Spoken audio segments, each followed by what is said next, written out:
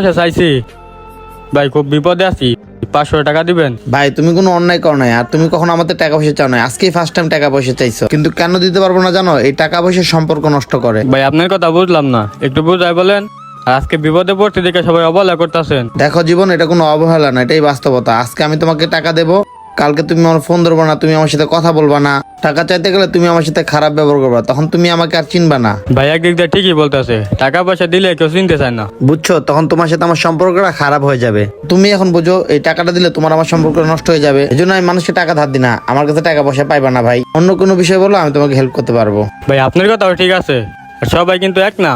সবাই যদি এক হইতো তাহলে দুনিয়াটা চলতো না। হ্যাঁ সবাই এক না, কিন্তু টাকার কাছে সবাই এক। আজকে যদি আমি তোমাকে টাকা দিই না, তুমি আমাকে চিনবাই না। তুমি একবার ভাবো, তোমার লাইফে কি তুমি কাউকে টাকা দিছিলা? সে কি তোমার টাকা শোধ করতেছে? বলো আমাকে।